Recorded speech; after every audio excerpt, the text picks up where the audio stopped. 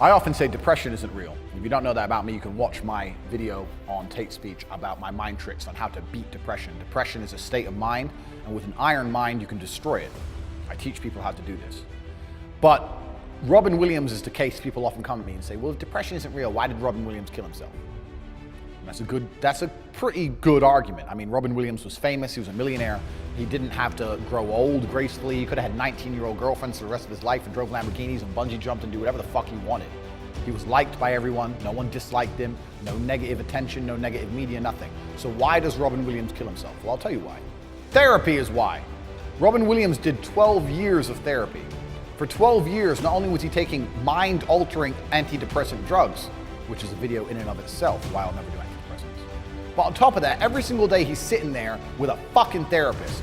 If you sit in front of someone all day, every day, and talk about all the bad things that have ever happened to you all day, every day, you're gonna feel pissed off.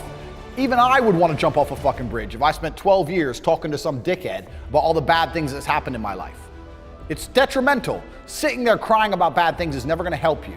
If you're the kind of person who feels like they need therapy, you need someone to talk to make me feel better, do you know what you are? You're useless. Because in the harshest realities of this cold world, there are people in Syria whose entire families have been blown to fuck with a bomb from the sky, who are still getting up every day, making fucking bread and selling it on the streets so they have enough money to buy a new pair of sandals sometime next year.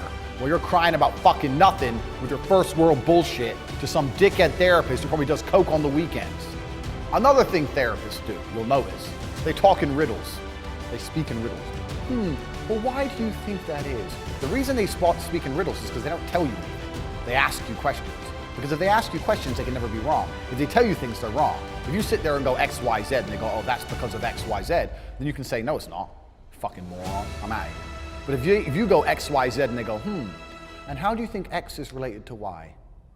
Then you talk for another 20 minutes. That's another hour burned. Burn that time up, keep paying the fucking bills. They don't say anything of relevance or anything of merit because they can be used against them.